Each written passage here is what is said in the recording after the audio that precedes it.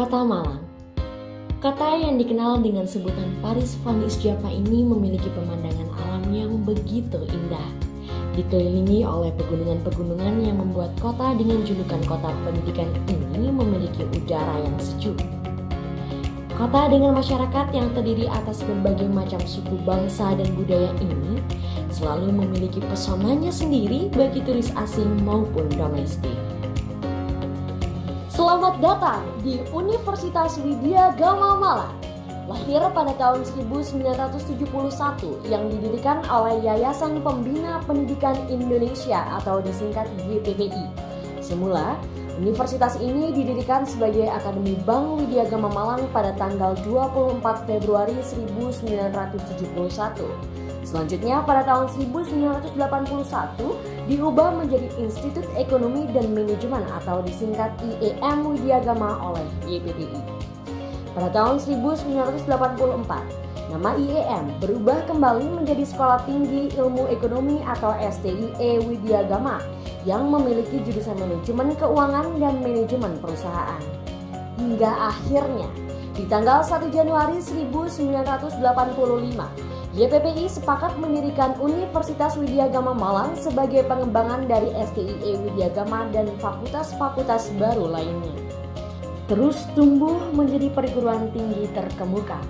Universitas Widyagama Malang menyediakan 4 fakultas yang terdiri dari 2 program studi diploma, 11 program studi sarjana, serta 2 program studi pasca sarjana.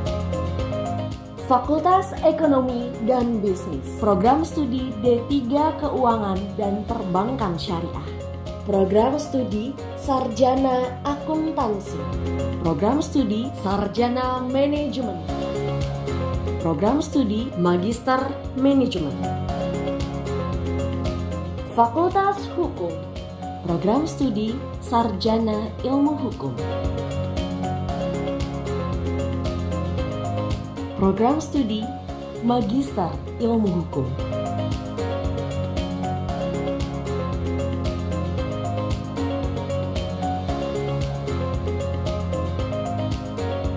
Fakultas Pertanian, program studi Sarjana Agroteknologi, program studi Sarjana Teknologi Hasil Pertanian, program studi Sarjana Agribisnis,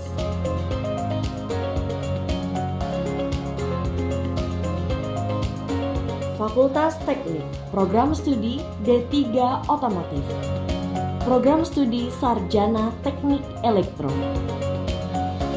program studi Sarjana Teknik Mesin,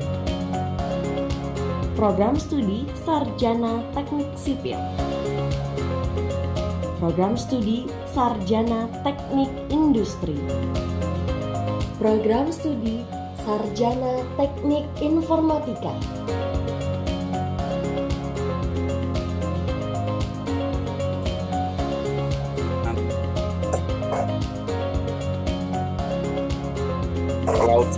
dengan kelengkapan fasilitas sebagai wadah dalam pengembangan minat, bakat, serta potensi mahasiswa. Widyagama juga terus mengembangkan sarana dan prasarana yang mampu menunjang kegiatan, baik akademik maupun non-akademik.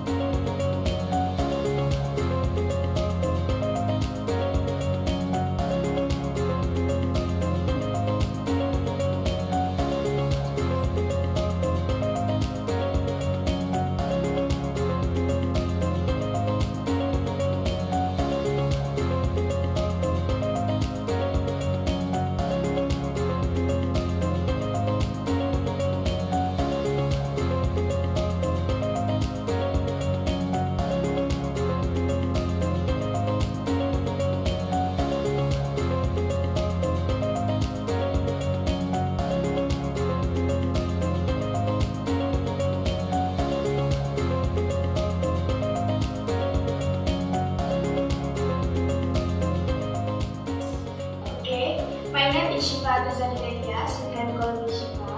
I come from Malang. I'm from Fakulty Ekonomi and Business. Thanks me.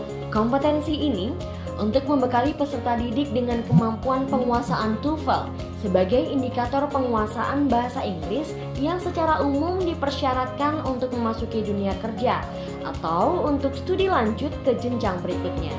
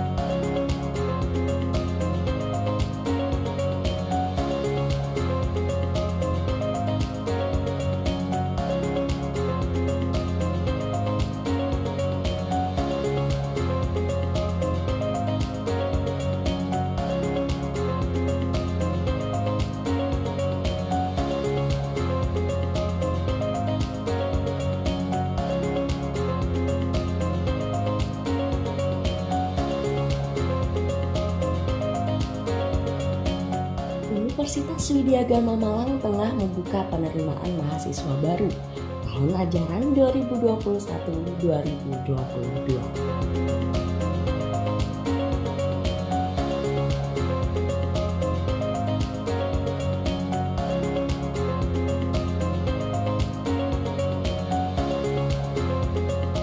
Menjadi universitas bermutu, mandiri, dan bermartabat pada tingkat nasional dalam pengembangan ilmu pengetahuan, teknologi, dan budaya.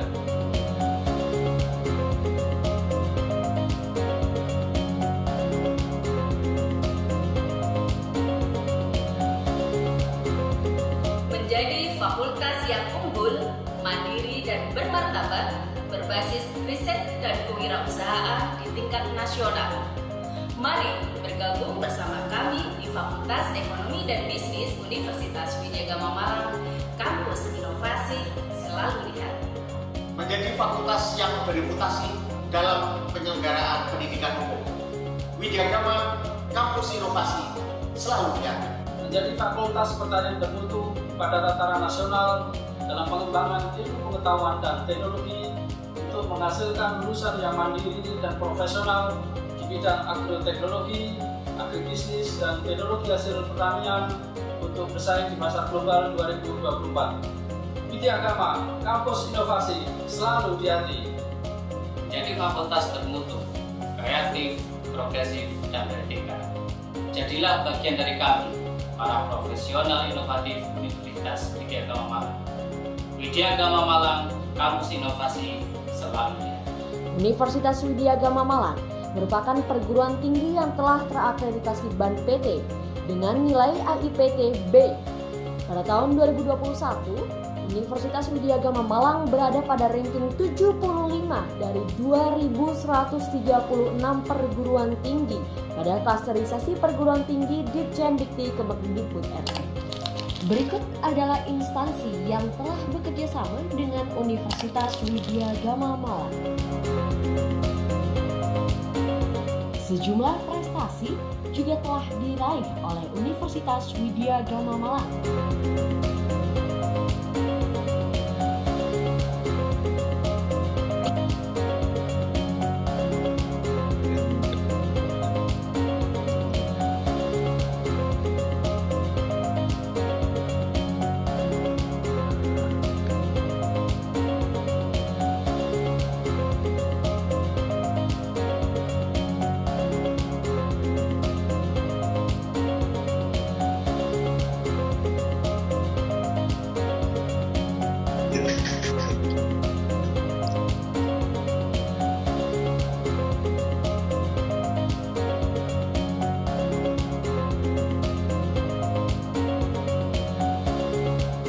Universitas Widyagama Malang telah mencetak alumni yang mampu bersaing di dunia kerja.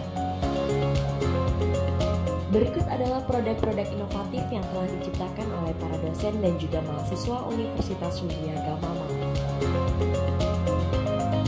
Berikut kami sajikan data penelitian pengabdian yang dilaksanakan oleh dosen.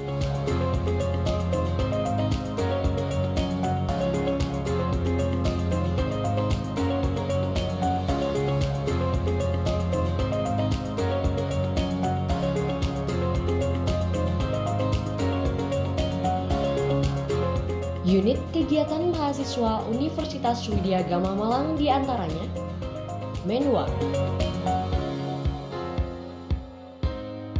KSR,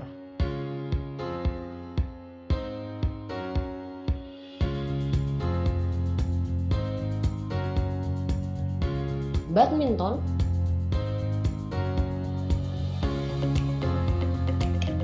voli,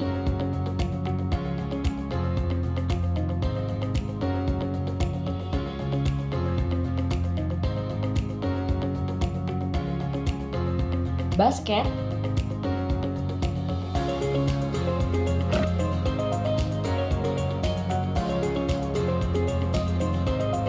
futsal,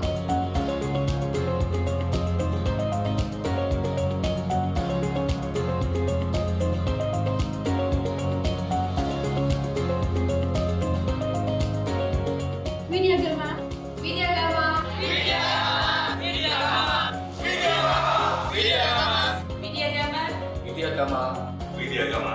Widyagama, kampus inovasi selalu di hati.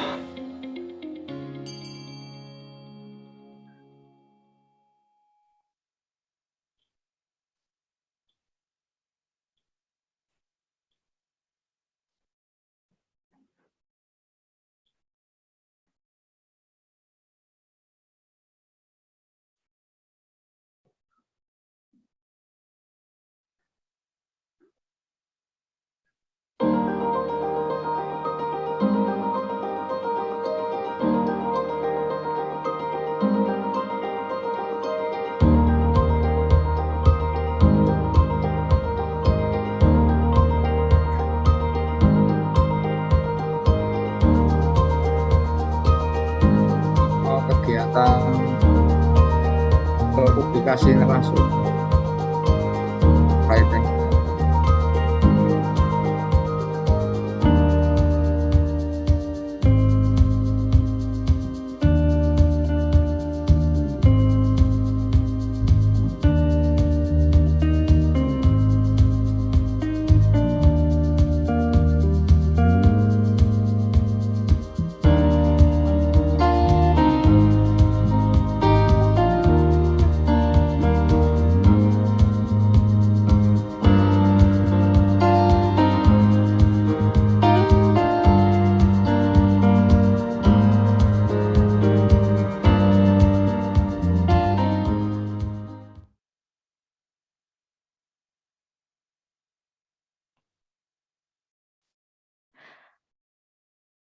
Baik, Assalamualaikum warahmatullahi wabarakatuh. Selamat pagi Bapak Ibu sekalian, selamat datang di acara webinar Preparing Manuscripts for International Publication 10 Juni 2022. Baik, saya ucapkan yang pertama selamat datang kepada Bapak Rektor dari Universitas Widyagama Malang, Bapak Dr. Agus Tugas Sucianto, STMP. Selamat pagi, Bapak. Selamat pagi, Mbak MC. Baik, selamat pagi. Terima kasih banyak Bapak sudah hadir. Berikut kami ucapkan selamat datang juga kepada Bapak Rektor dari Universitas Proklamasi 45 Yogyakarta, Bapak Dr. Benedictus Reni C. SH, SE, MH. Selamat pagi Bapak Benedictus. Selamat pagi Mbak Nisa. Terima kasih banyak Pak Rektor. Selamat pagi Pak. Terima kasih banyak atas kedatangannya. Kemudian kami ucapkan selamat datang juga kepada Ibu Direktur Balai Bahasa Universitas Negeri Malang, Ibu Utari Praba Astuti. Selamat datang Ibu, selamat pagi. Selamat pagi. Baik, terima kasih juga untuk kehadirannya Ibu Utari.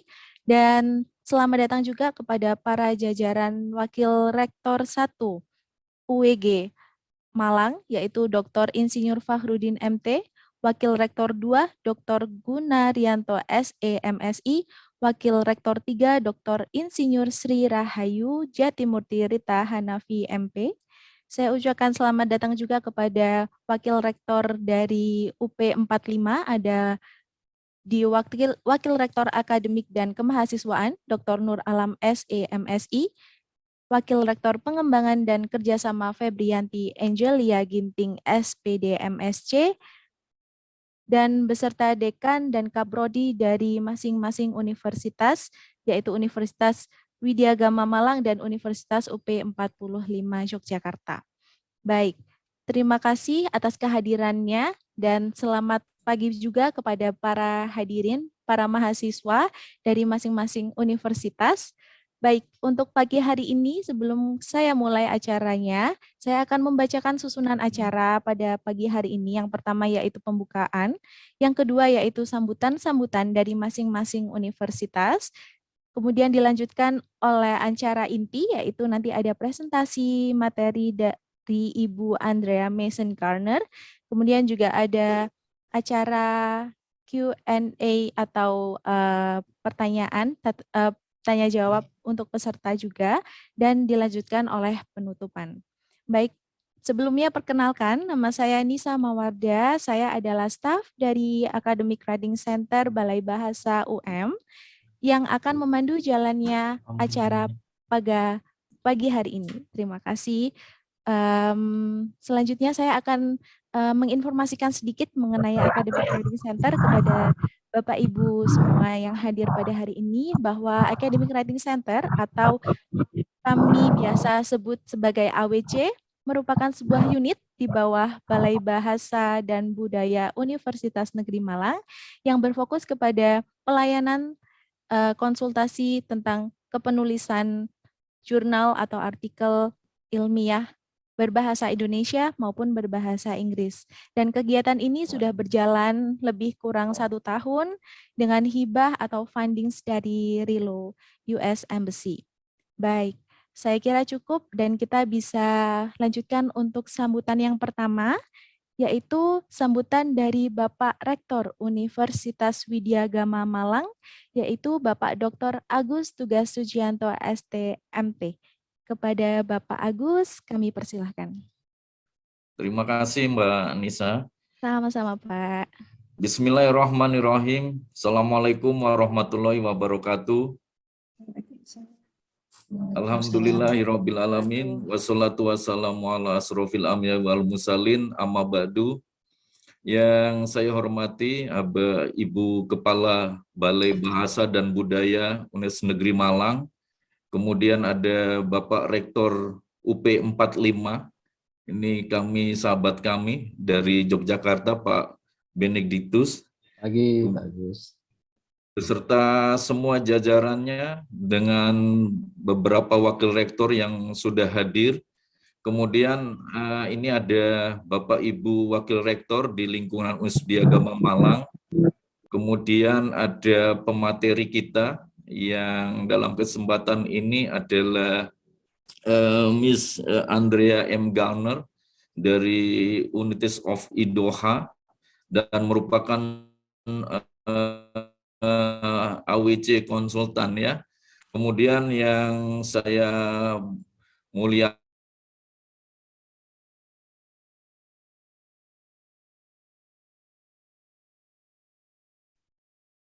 Baik, sepertinya sinyalnya kurang stabil. Hadirin yang berbagi, pertama-tama marilah kita panjatkan puji syukur atas kehadiran Allah Subhanahu wa taala, atas limpahan rahmat dan hidayahnya, terutama nikmat kesehatan dan nikmat sempat, sehingga pada pagi hari ini kami di Kota Malang, di Bumi Arema, dalam keadaan Jumat yang begitu cerah, begitu berkah. Harapan kami di Yogyakarta ya, teman-teman di UP45 juga sama dengan kondisi di Kota Malang. Hadirin yang berbahagia, ini merupakan satu keharusan khususnya bagi dosen atau tenaga pendidik, di dalam khususnya di dalam sekarang kita sudah melihat bahwa khususnya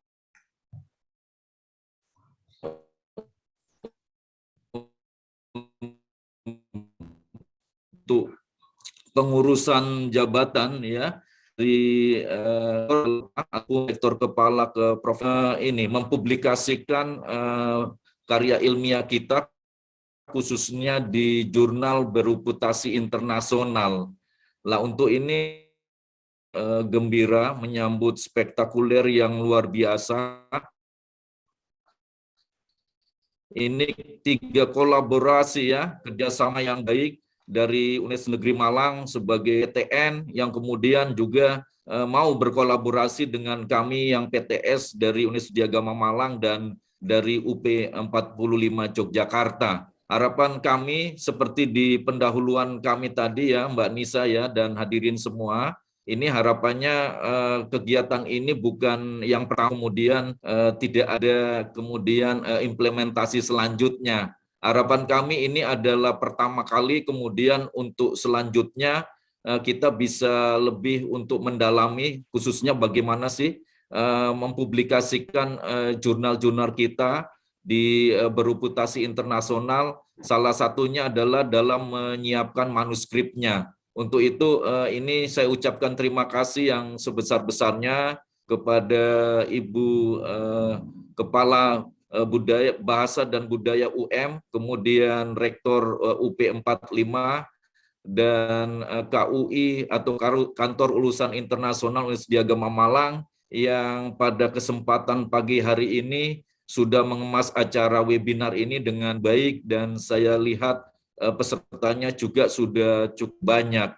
Demikian mungkin yang dapat kami sampaikan. Kami mohon maaf apabila ada hal yang kurang berkenan. Kami akhiri wabillahi taufik wal hidayah. Wassalamualaikum warahmatullahi wabarakatuh.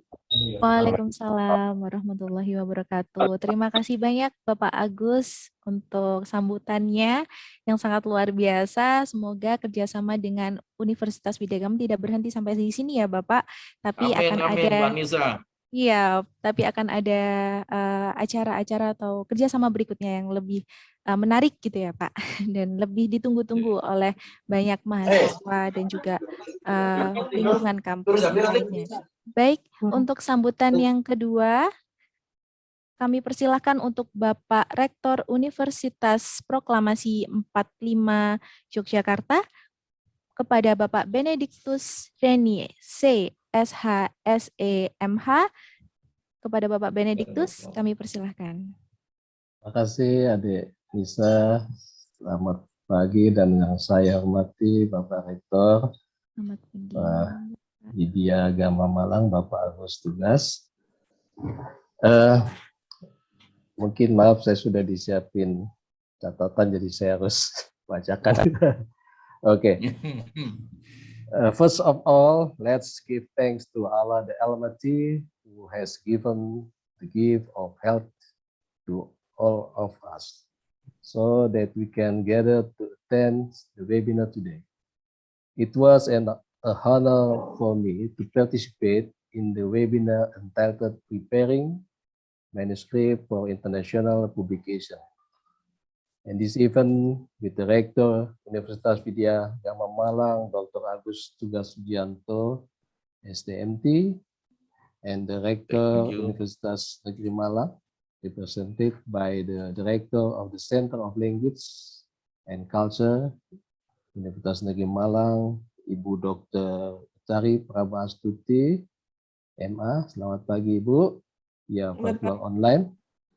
And also my partner, Vice Rector for Academic and Student Affairs, Universitas Proklamasi 45, Dr. Nur Alam, Miss Febrianti Angelia Ginting, SPD, and the Vice Rector for Development and Cooperation, and my colleague from the Universitas Widyagama Malang, namely Dr. Insinyur Farudin, MT, Dr. Gunaryanto, SMSI, Dr. Insinyur Sri Haryo Jarti Murni Tita Hanafi, NP, and the Vice Rector from the Universitas Malang. And in particular, I would like to thank the speaker, Mrs. Andrea Mason Garson, English Language Fellow of U.S. Department of State and lecturer at University of Idaho. Good morning. Good morning, selamat pagi. Selamat pagi, Ibu.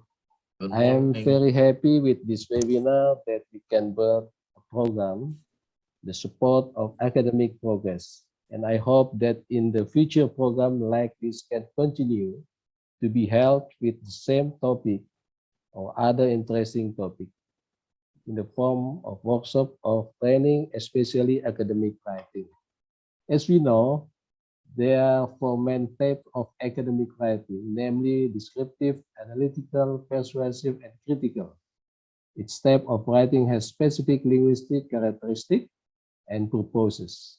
In many academic texts, we need to use more than one type. Today, speaker Mrs. Andrea Marsengana will provide best practice on how to produce and prepare manuscript for international publication.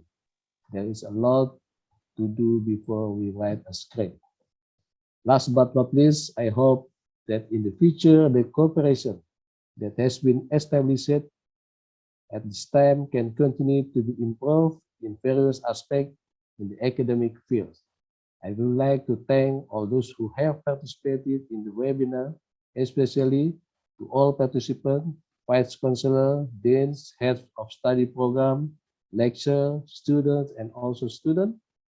Please also thank the organizer of this event, the Head International Affairs Office Universitas Proklamasi 45, Mrs. Putri Anandurani, Director of the Center of Language and Culture, Universitas Negeri Malang, Dr. Utari Prabhastuti ME, and the Head of International Affairs Office of Universitas Widyagama Malang, Mrs. Niken Taramita, and the all community team. Once again, thank you very much. I believe that this webinar will increase our knowledge and skill to preparing articles for publication in international journal or proceedings. On behalf of Certifikas Akademika Universitas Proklamasi 45, I would like to say congratulations on joining the webinar. Hopefully, it will be useful for all of us. And I'm sorry I can follow this webinar until it finishes due to some activities. Thank you. God bless you all. Terima kasih. Selamat pagi. Thank you so much for a good speech, Bapak Benedictus Reni. And we are really appreciate it. Terima kasih banyak Bapak Benedictus atas sambutannya pada pagi hari ini. Kemudian selanjutnya kami persilahkan sambutan dari Ibu Direktur Balai Bahasa dan Budaya Universitas Negeri Malang, Ibu Utari Prabhastuti. Kami persilahkan. Terima kasih. Sama-sama, Mem. I will use two languages here. Sorry. Yang terhormat, maaf, Bapak Rektor Universitas Widyagama Malang, yang terhormat Bapak Rektor Universitas Proklamasi 45 Yogyakarta, Ibu. Hormat para Wakil Rektor Universitas Widyagama Malang, para Wakil Rektor Universitas Proklamasi 45 Yogyakarta, yang saya banggakan Ibu Andrea. Okay. She's very helpful. She's always very cheerful here. Yeah, okay. And then all the participants. Okay. Assalamualaikum warahmatullahi wabarakatuh. Selamat pagi. Good morning, everybody. Hope that you all just fine and happy here joining the webinar. Okay, right. First of all, I would express my gratitude to UP45. May I use this? Okay, Universitas Proklamasi 45 Yogyakarta and Universitas Widyagama Malang, as we have today's webinar. Yeah, okay. Thank you for this wonderful collaboration. Hopefully that this is not the first. It means that there will be another webinars. Okay. If I may tell you something, that 3 weeks ago, we went to Yogyakarta and we see other university to join and to see what happened there. Okay, right. So it's possible for you from Yogyakarta to come to Malang, and we also can see you there in Jakarta later. Okay. Yes, go back to the topic. I think the topic is really relevant, and it's just, if I can say, a viral phrase, yeah, international publication. So this is very viral among the academic staff, yeah. Okay. So hopefully, hopefully that all the participants here will find a lot of meaningful information, yeah. And here we have Ibu Andrea. She is a fellow, Relu Fellow from University of Idaho. And she has been working with us for almost a year and helping students as well as lecturers to face the challenges in producing manuscript for publication. So especially she helped us how to conquer the challenges. Okay, right. So please, everybody, make use of the time and acquire all the important information. And hopefully, Bapak Rectors, yeah, the number of publication in your university will increase significantly after this. Yeah, okay. Now, without further ado, let's start the webinar today. Okay. Good luck. Thank you. Okay, back to you. Thank you so much, Ibu Utari Prabha Astuti, for the speech and also for the opening this webinar today. Terima kasih banyak Ibu Utari untuk sambutannya dan juga untuk pembukaan webinar pada pagi hari ini.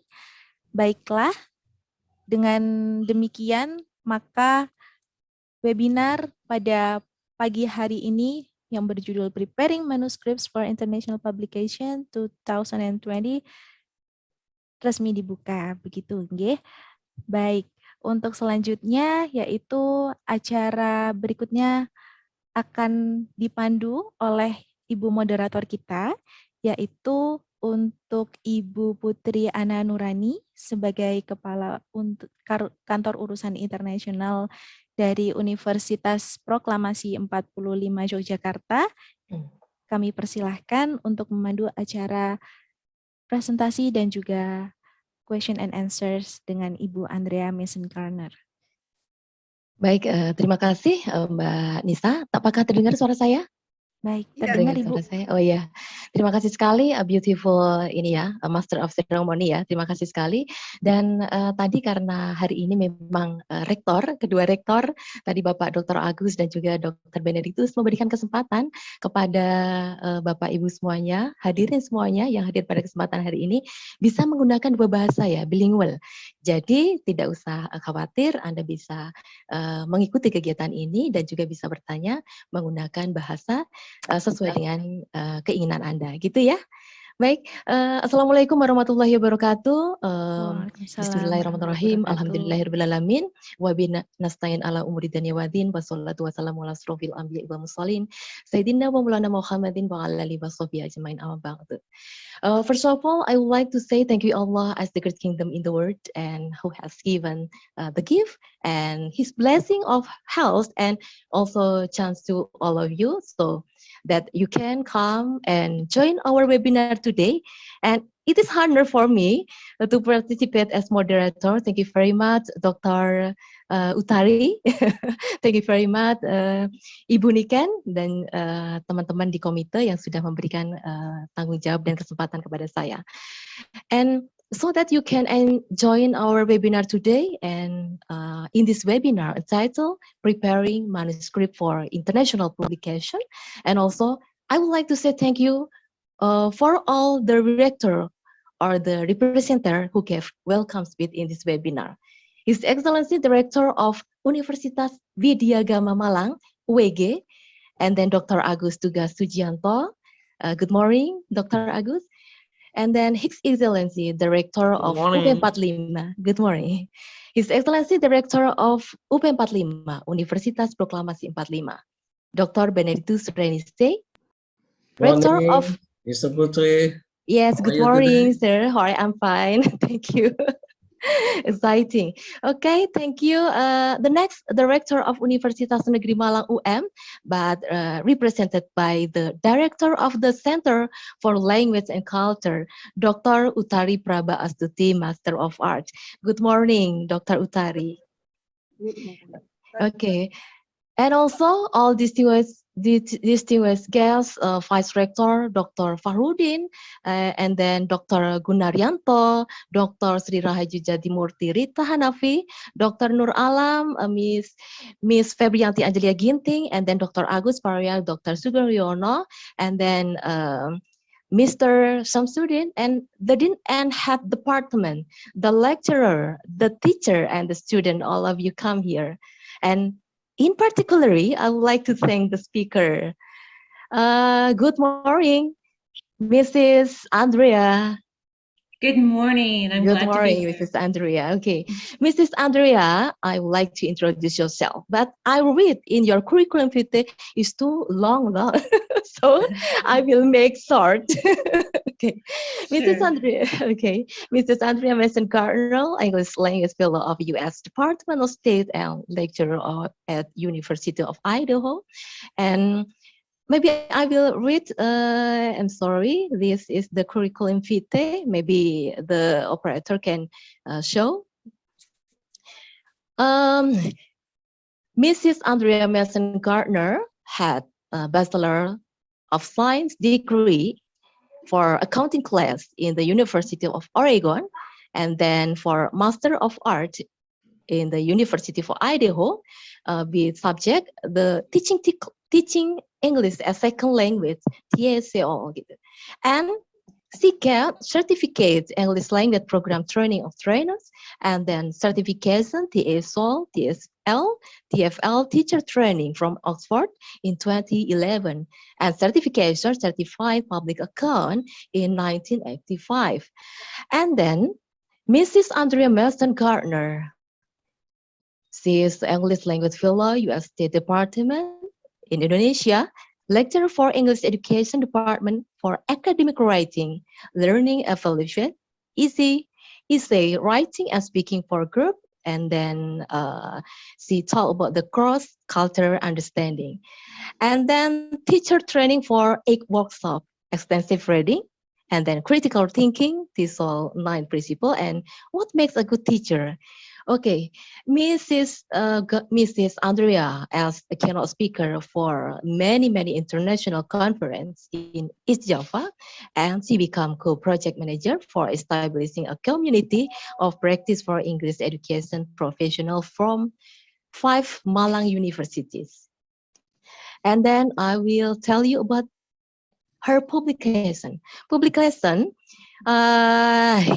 With the title Experience, Teacher, Belief, and Practice Toward Communication Approaches to Teaching English as a Foreign Language in Rural Ukraine, and then a planned tutorial experience exploring the affordance and EAL pre-service teacher development, knowledge-based Canadian modern language, and this is the last article. This is new article under review, still under review, with the title Utilizing WhatsApp Travel Learning During the COVID-19 Outbreak. Okay, and how about professional presentation service and award? We know that Mrs. Andrea, she is a keynote presentation for English language teaching as UN Direction for Curriculum Development in International Conference on Language, and become the keynote speaker or keynote presentation in the critical thinking and essential element of functional curriculum in the International Conference of Education, Economic, Social Science, and Humanity. Oh, many presentation as the speaker. So I go to the, how about her experience as the project management, development, and financial. She have experience USP's Corp community development volunteer, and then information technology project manager, senior analyst in Eugene Water and Electric Board, Oregon, and then the USP's Corp community development response volunteer. Okay, I think this too long if I tell you about the curriculum vitae from Mrs. Andrea, but I think we give a time for our speaker to give their experience how to prepare a manuscript public international publish. Okay, maybe time is yours, Mrs. Andrea. Thank you so much for that warm welcome and that history, my long history. So I am just pleased to be here and to be part of this event this morning. I have had a wonderful experience working with my universities in Malang, and especially this last year, working with UM and the Writing Center in particular. So with that, I'm going to share my screen and we are going to get started.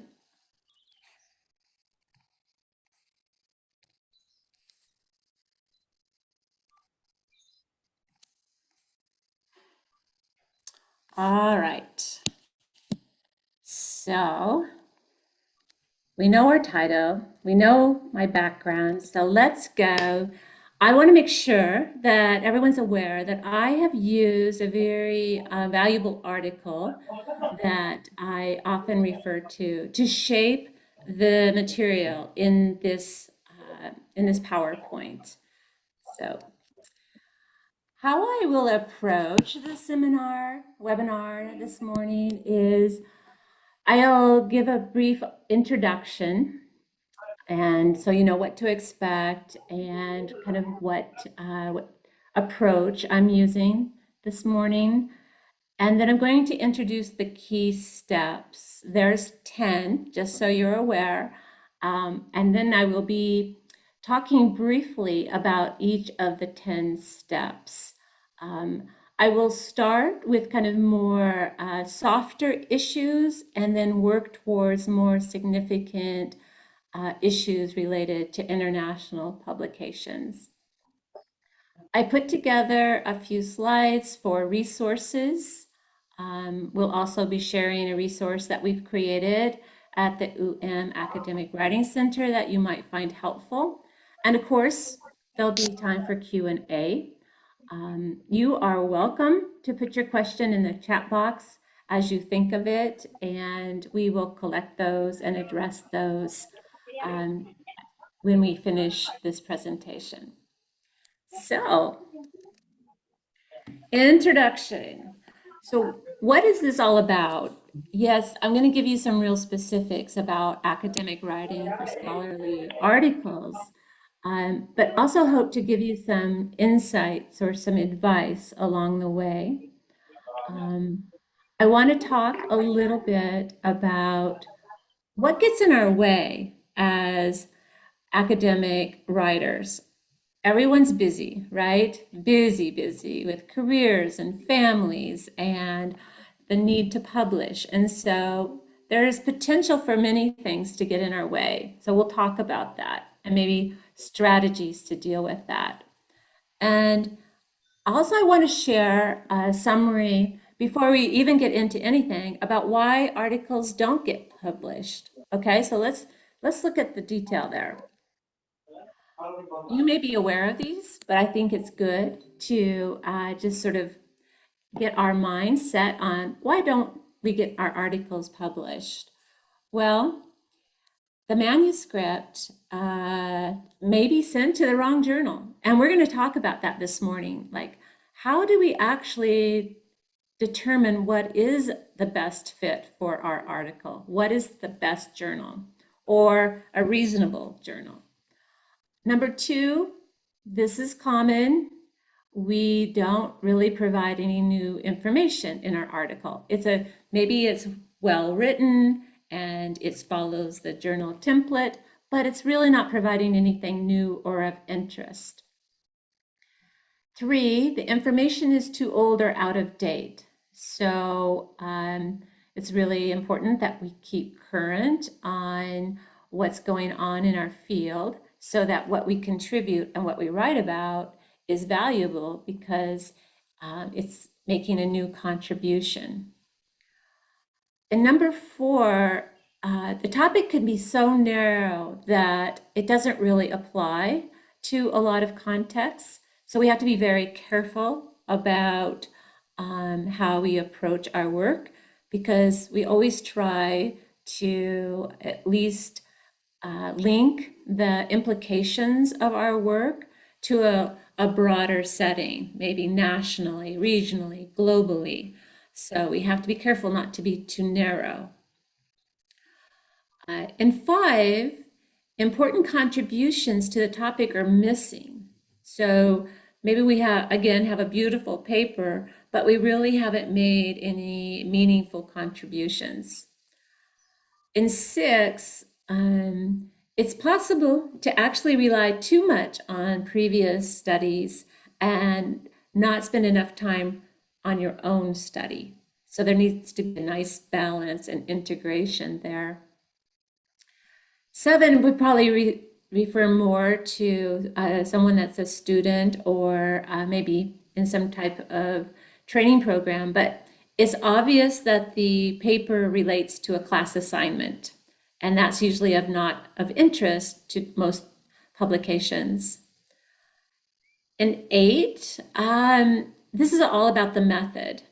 So it's important, right, that we're very clear and specific about our method, but the method is just a piece of our paper. So it shouldn't be a major focus. And so, or the method might not be accurate, or it may not be the right method for the type of study. So that's why an article may be rejected.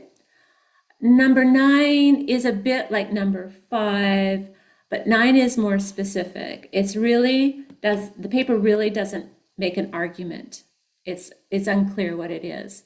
And 10, unfortunately, relates to poor writing. And we know, all of us know, writing a scholarly article in a language that's not our first language is challenging. So, all right, so that is some context of why articles don't get published. But what I want to focus on is how we can get published. So let's move on. Let's see here. All right, so I put the key steps here. And I'm going to start with making time to write and making writing social. Those are kind of the softer aspects of the steps to being a successful writer. We'll move on then into the more specific scholarly genre, and by conducting an analysis. Again, we will talk more specifically about choosing the right journal. What are some steps to determine what the right journal might be? I want to emphasize the need to state our arguments early in our paper and clearly. And I have an example to share. Acknowledging and entering the conversation. That's what academic writing really is all about. So I will be spending a little bit more time on this step. Articulating originality. So remember, we need to make a difference, but our ideas need to be new. So that's originality. Making your theoretical framework clear, if that's applicable to your paper. And then now we're getting ready to submit. There's some tips there. And then of course, that final phase before we submit, where we do a final edit and proofread. So making time to write.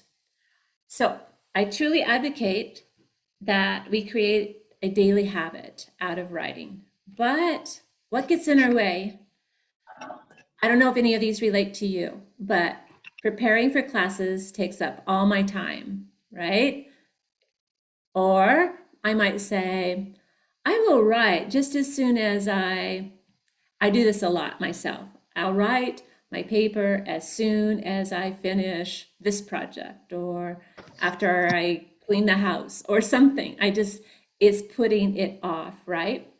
Or I may feel like I need to read just one more article before I can sit down and focus.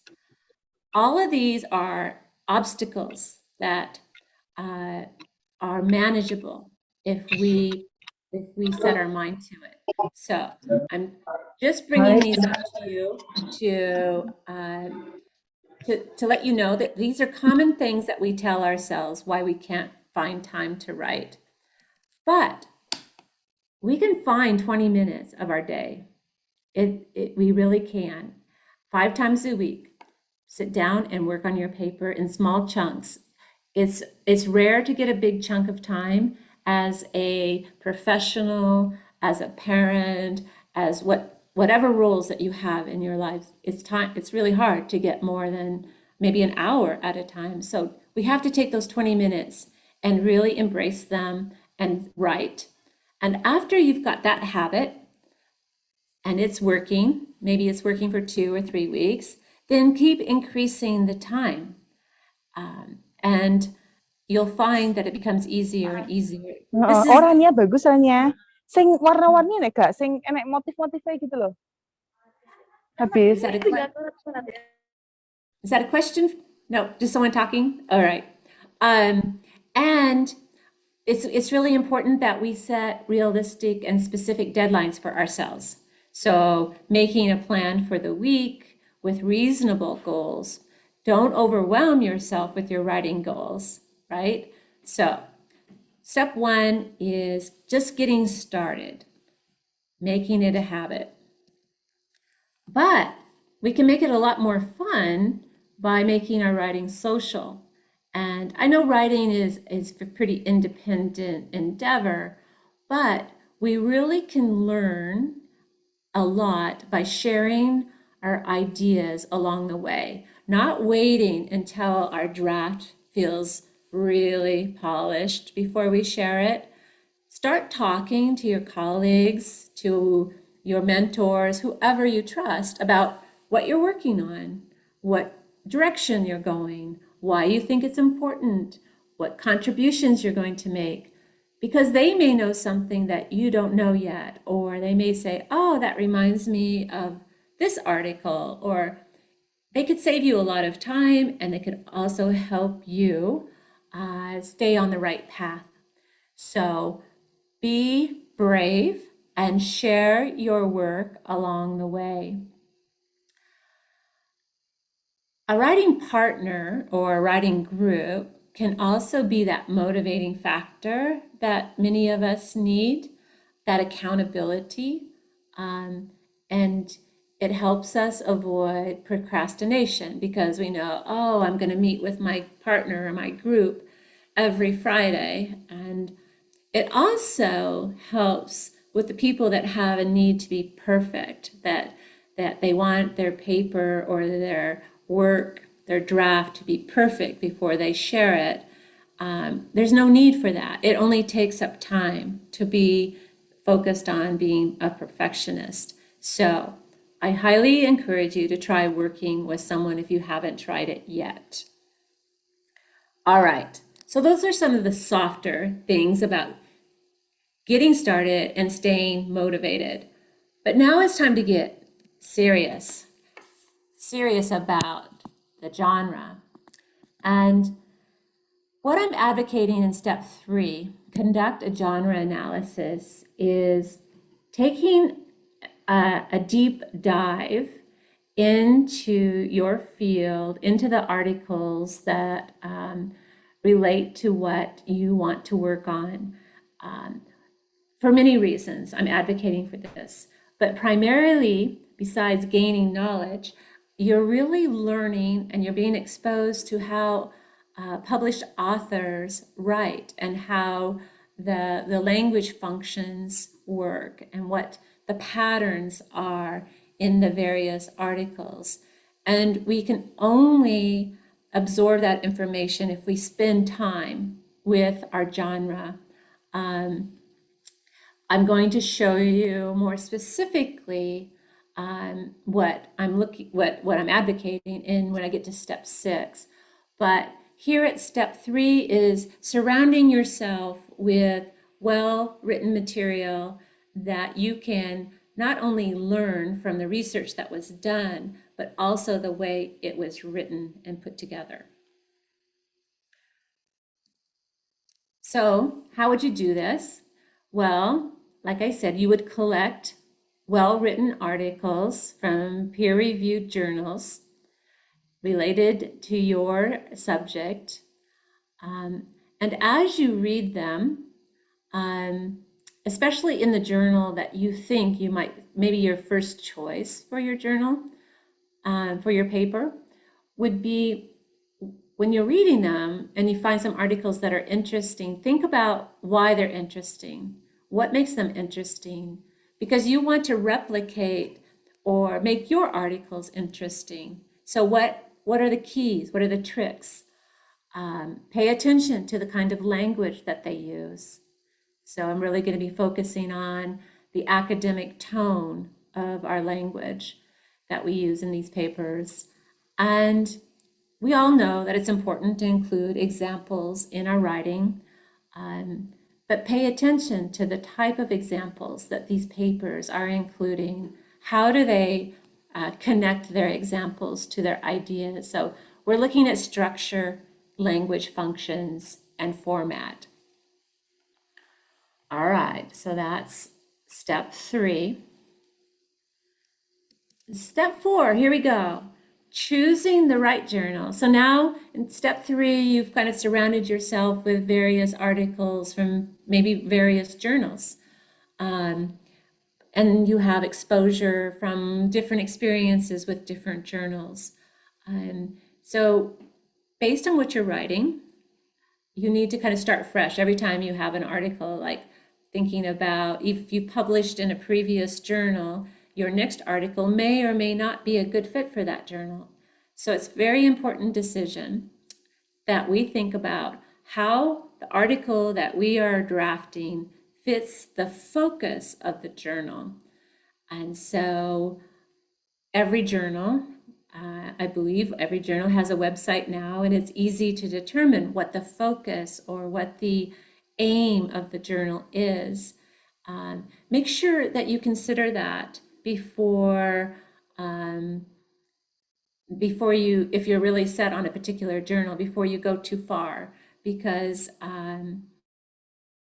if you write an article and then when it's done, decide where to submit it, people do that, but it does cause you potentially extra work because you may have to rewrite in order to adapt to the focus of the journal. You may have to reformat your article. The word count could be different. So it's really nice if you have a plan with your journal and you follow that plan while you draft. Each website has the template that they expect the papers to be submitted to. So use that website as a key resource. But let's look at more details about choosing the right journal.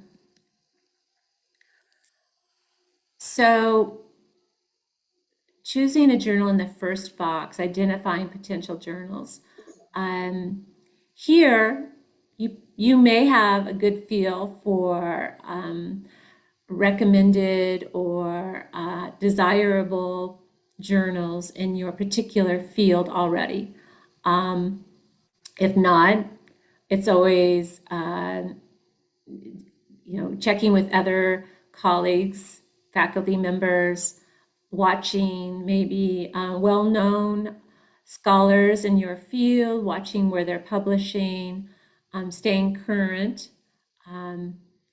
So there's various methods for identifying those potential journals. I do have the last point is looking for, first point, publishing model. depending on if you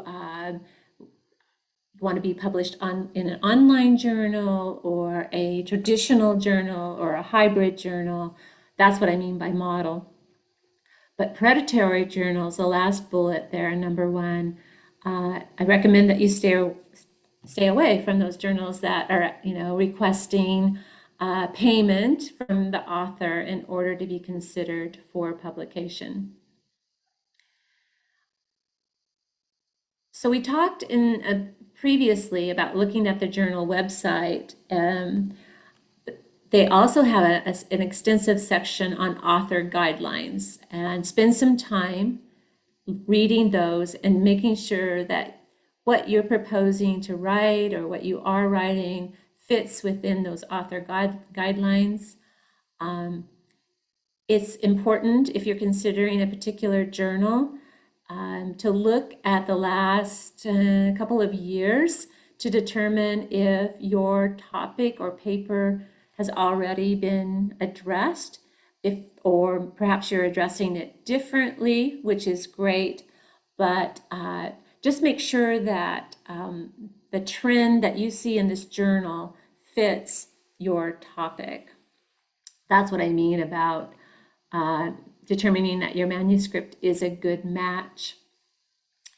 If you're looking at multiple journals that maybe you're considering, you can always rank them on various factors, and I've listed some here. And that helps sometimes to narrow it down. But remember, when we're doing this, and we do come up with a ranking, that when we do get to submission, that it is a fundamental rule in most cases that we only submit the article to one journal at a time. So just be careful of that factor. So now let's say you have a journal in mind, and therefore you have a template in mind, and you kind of know the structure of what the paper should look like for submission. But you still need to make sure that the paper is well written, it's clear, it's cohesive. I will share a tool to help you with some of determining if your paper is clear and cohesive. But first, I want to just spend some time on step 5. And I mentioned I might spend a little bit more time on this because it's so important that as writers, we get to the point quickly. And why? Because all publications have limited space, right? And not only that, but most readers have limited time. So as a reader, I like to know as quickly as possible maybe what the author's point of view is or where this article is headed. It can be time consuming to take a page or two before I really know where this article is going. And I may not continue with it if it's not clear to me. So, therefore, authors must be quick to make their point in order to fit into these constraints. Publications, limited space, readers have limited time or attention, I should say. So, here is an example of an article. Well, it's not the article, it's really just, it is a very first paragraph. I show you the citation, so if you're interested in looking at the whole article. And my purpose here is to show you how quickly the author got to the point with his argument. So, despite much research on feedback and second language writing, its potential to promote effective learning remains inconclusive, especially when it is considered as an opportunity for developing capacity for self-regulation in portfolio assessment contexts. There has been extensive scholarship in the areas of how feedback can be profitably delivered received, and internalized to enhance self-regulated learning in PA classrooms. This report argues that feedback in PA may not necessarily guarantee text revision unless its focus lies in enhancing learner agency in the feedback process. So this is an excellent example of how the author quickly shaped his argument, and as a reader, I know what to expect from this point on, that the writing and the narrative will support the argument. Why I've underlined the keywords, like despite much research, that's a very clever or savvy phrase for quickly establishing that even though there's been something done, something's missing, right? And that's here remains inconclusive is another indicator that there's something missing in the field. And we'll talk more about these language moves here in a moment, but I did want to just underline those, to bring those to your attention, that those are very valuable phrases that you could integrate into your own writing if they are applicable. So again, this was from the very first paragraph of this published article in a respected journal, TESOL Quarterly. So, all right. So this quote is quite meaningful, I believe. Academic writing is argumentative writing. Instead of simply asserting your own position, however, you need to enter the ongoing conversation using what others say as a launching pad. So we don't report on what others have said. We do share and we represent what others said, but we do it by integrating our own thoughts and our own arguments. So how do we do that? Well, in step 6, it's what I call acknowledge and enter the conversation, acknowledging that there's been previous research and it's interesting or it's valuable and it's discovered this or that. And then you're entering the conversation with some type of argument or contribution. So you're informing your readers where your article is situated in previous literature on the topic. How do we do this? Well, it's in our introduction section, we use the 3 moves that you might be familiar with. So in number 1, our first move, we got to quickly establish a research territory. All right. And then once we have the territory, we have to establish a research niche. So this could be a gap or it could be a need. We often talk about it as a gap, but sometimes it's a need. So it's okay to use both terms. And then we need to place our research within this niche. So let's look at how we do that. I've just given you some potential phrases that we might use to establish a research territory. Much has been written about, or several studies have explored the issue of whatever your topic is.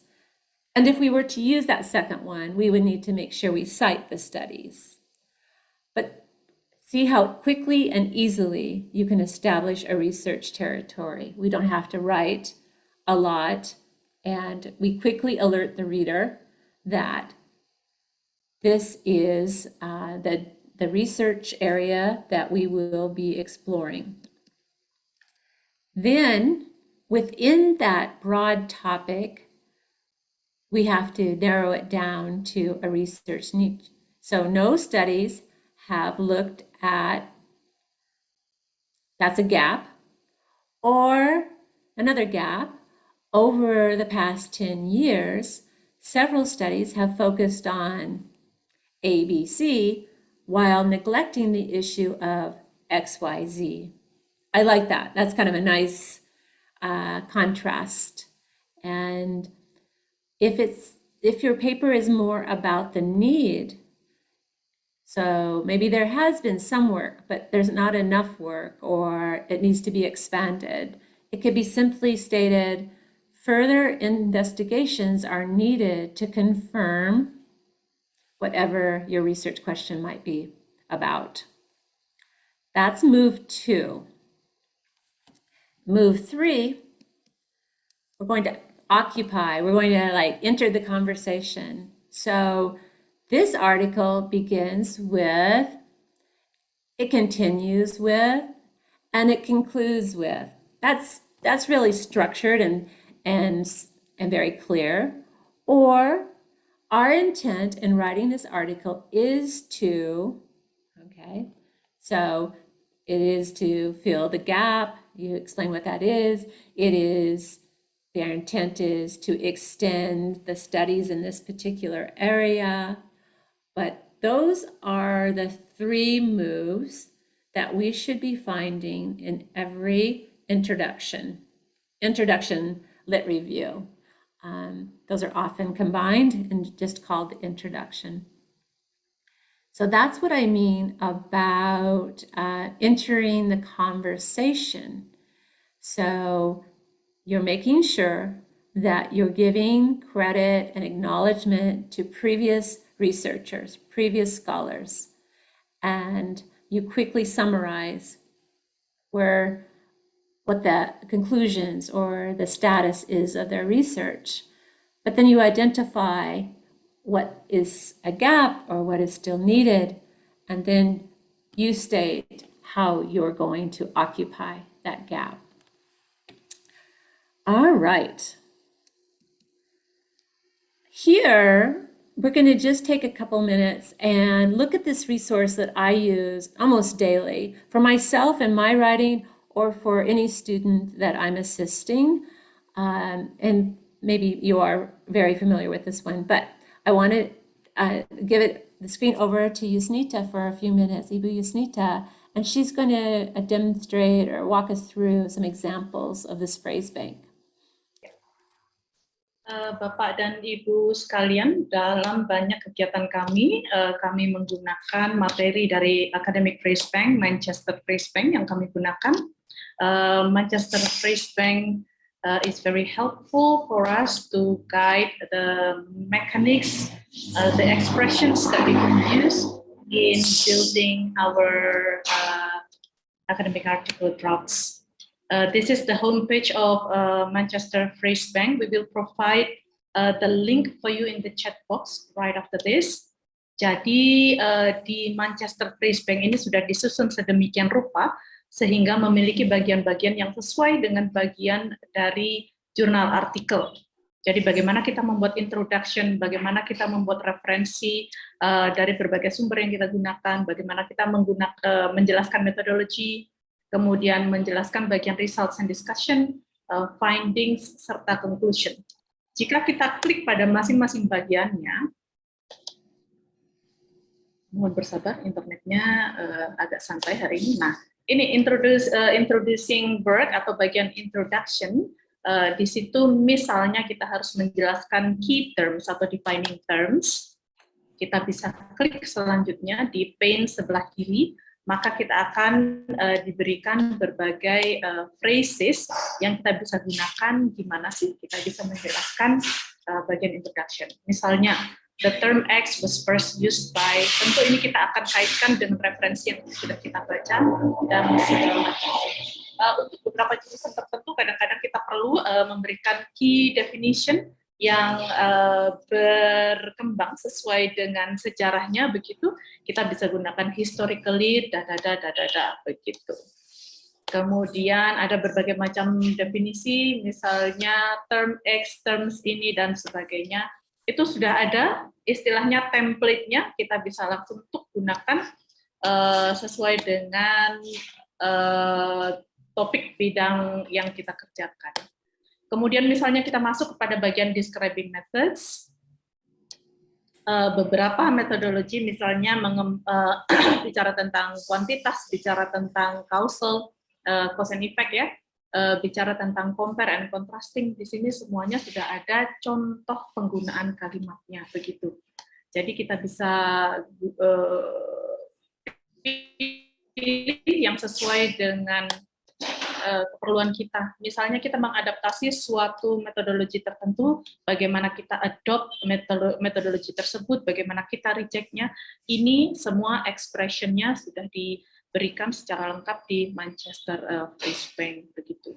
Misalnya di sini diberikan contoh, one advantage of the X analysis is that it avoids the problem of blah blah blah. We can use this in the respective fields that we are in, begitu ya. Sekali lagi saya akan berikan saya akan berikan link untuk Manchester Friesbank ini di chat box.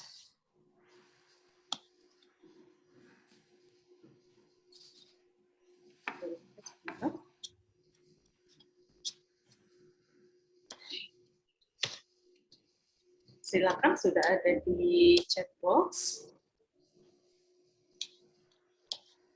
I think that's about it from me, Andrea, about how to use the Manchester Friesbank. We are expecting more questions and discussion probably in the next session. Okay, thank you, Ms. Nita. I appreciate it. Jadi nanti jika ada pertanyaan, Bapak Ibu, silakan disampaikan melalui chat box. Pertanyaan bisa diberikan di sana, nanti akan dipandu oleh Ibu Putri, atau juga nanti bisa langsung raise hands di sesi tanya jawab. Terima kasih.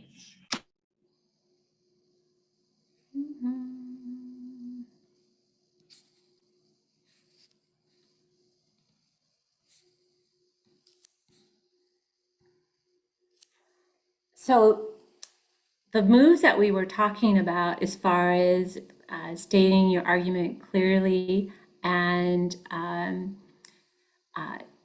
early in your writing, those moves are also described in the phrase bank in the introduction section. There's a lot of suggested phrases that you could use, similar to the ones I displayed earlier in the earlier slides, but much more extensive ones too that might fit your context. So, highly recommended source. Moving on to step 7, articulating originality. So remember early on, I said that one of the reasons that manuscripts aren't published is because they're not contributing anything new. So it's a fundamental rule that articles submitted to academic journals must contribute something new to the field. It could be a new point of view, a new argument or something, but there has to be a new component. And you'll need to actually be very clear about what is new. Don't leave it up to the reader to try to decipher what is new about this approach or this study. Tell the reader, okay?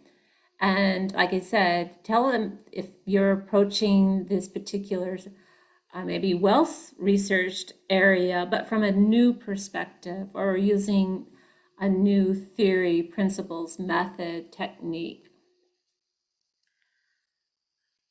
And another way you could approach your originality is making sure that you share with readers what are they going to find out that they don't already know. So maybe they're very familiar with your topic, but you're going to be introducing them to something new about the topic and sort of broadening their knowledge or encouraging them to think differently. Those are all aspects of originality. And 8, this is about your theoretical framework. And just to be clear, I'm talking about the theory or theories that you're applying to discuss your topic. Now, not all journals require a theoretical framework component. So it's important that you check your journal requirements and write to fit those requirements. But if it does, and most peer-reviewed journals do require a theoretical framework, but make sure that you are clearly articulating it in your paper. Why are you using it? How are you using it? So you need to clearly, the point being, you need to clearly address what your theory or theories are, but how does it apply to your study? And why did you select this particular theory? So in 9, we're actually now at this point, let's say we have a draft of our work and we need to go back and determine if we've truly met our selected journal submission requirements. I only put a few things here because you can go to the website for your particular journal for each of the aspects that they'll be that they require. But common ones are like the length of the article or perhaps a word count. And it could be by section as well, so pay attention to that. The style that's preferred or the style that's commonly used for this particular journal. The template that we talked about earlier, and pay attention to the section formatting as well, because anything that does not meet the journal requirements potentially means a rejection from the editors. Potentially that rejection, it could be not fully rejected, but needing attention or a revision. But the template and following the submission requirements are easy to avoid. If you read the material and you follow the template, you're avoiding a lot of maybe administrative issues that could cause your article to be rejected. And then in 10, we've reached 10, which is the last step. But before you push that submission button, I really encourage you to do a complete edit and proofread one more time of your paper. And this can be done independently. I would do it first, take time to do it yourself, but then recruit trusted colleague or visit your local academic writing center if you have one. But make sure you're getting outside eyes on your manuscript before you're submitting it to the journal. And at our writing center at UM, we've created a research article checklist to help authors go through kind of a very thorough review and edit of their document. Yusnita, are you prepared to share what that looks like? The research client checklist? Yes. Yeah. Okay. Yeah, of course we can. I will have to ask Nadia to help me to display research client checklist. Please, Nadia. Jadi Bapak Ibu di Academic Writing Center tempat kami bekerja, tempat kami menjalankan pelatihan academic writing, yang kami lakukan, kami juga menyusun sebuah research client checklist. Dengan checklist tersebut kami harapkan ketika kita sudah pegang checklist tersebut, kita bisa secara independen mengedit pekerjaan kita, misalnya melihat elemen-elemen apa saja yang sudah masuk ke dalam masing-masing bagian dari section di dalam satu artikel jurnal. Misalnya di intro ada apa aja, literature review ada apa aja, dan sebagainya begitu. Akan kami tunjukkan sebentar lagi, dan nanti research client checklist-nya akan kami bagikan kepada Bapak Ibu semuanya, sehingga mudah-mudahan bisa digunakan untuk memeriksa pekerjaannya sendiri. Nadia, apakah sudah siap research client checklist-nya?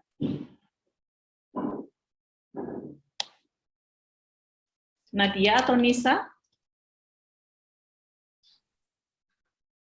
Halo? Sebentar ya Bapak Ibu.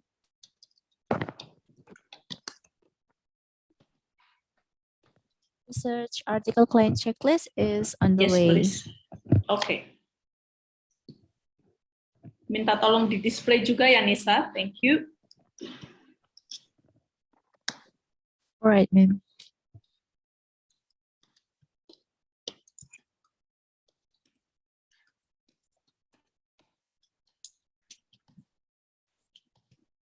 Okay, it's already sent in the chat box for the research article client checklist. Jadi Bapak Ibu sudah diperiksa, bisa diperiksa dan di-download dari chat box. Itu adalah research article client checklist yang kami maksudkan.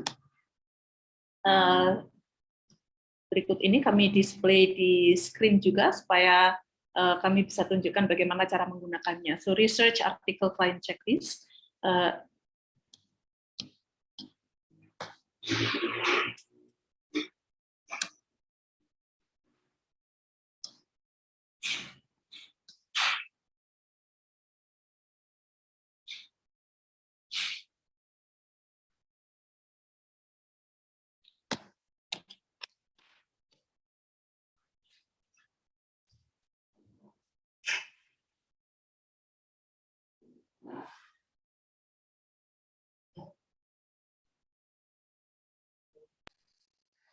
So how this is designed is that there is a one page per each section of your research paper. I was in the room next door and my Zoom suddenly died. Oh, okay, you're back. Great. I'm Okay. back here, yeah. But of course, thank you so much for your initial description about our research client checklist, Andrea. Jadi Bapak Ibu, kita bisa dilihat di situ sudah tersedia tabel-tabel untuk masing-masing section pada bagian, bahkan untuk judul kami juga sudah memberikan semacam guideline begitu. Jadi kalau kita harus membuat judul untuk satu research article kita, yang ini kita publikasikan di jurnal, itu apa aja isinya, di situ kita sudah berikan sehingga kita bisa memeriksa apakah judul kita sudah sesuai atau belum dan sebagainya. Oke, kita bisa ke section berikutnya, terima kasih. Nah, bagian berikutnya ada abstrak, seperti apa, termasuk di situ penggunaan tensesnya bagaimana, kontennya bagaimana, jadi elemen-elemen apa aja yang bisa masuk di dalam abstrak, itu kita sudah sediakan di situ.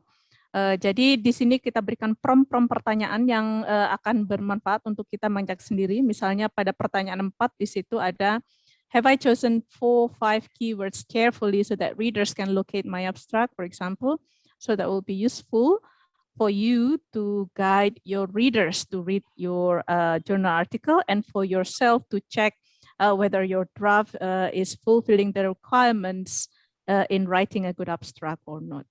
Yuk kita cepat-cepat aja di introduction, sudah ada semuanya, bisa diikuti. Bagian berikutnya, literature review. We need to remind you, however, beberapa jurnal itu sudah menggabungkan bagian introduction dengan literature review, they're blended, jadi tidak terpisah bagiannya. Dalam hal ini, maka dari guideline yang kami buat ini, bisa dilihat dua-duanya untuk membuat satu section bagian introduction yang terdiri dari background dan literature review. Ke metodologi kita yuk.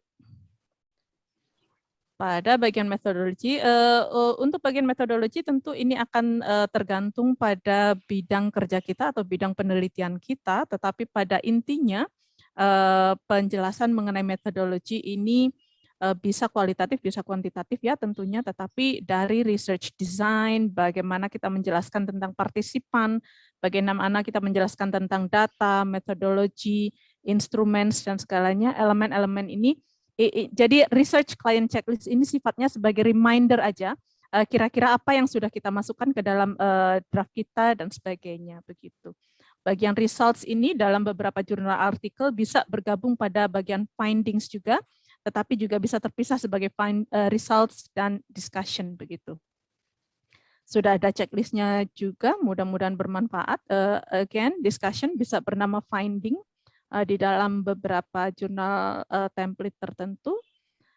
Berikutnya akan ada conclusion, of course. Bapak Ibu, sekali lagi dokumen ini sudah ada di chat box Bapak Ibu di Zoom untuk linknya, tetapi jika Bapak Ibu tidak bisa mengakses research client checklist ini melalui chat box, kami juga akan kirimkan melalui grup WhatsApp peserta webinar hari ini. And that's about it from me. Okay. Wow, Is it thank you. question and answer session right now, Andrea? Or Let me check. I think I just wanted to do one thing here. Summary. So, summary? Yay, finally. oh, wait, did I share my screen? Not yet. No, I did. Yeah, sorry, I got so excited. Okay.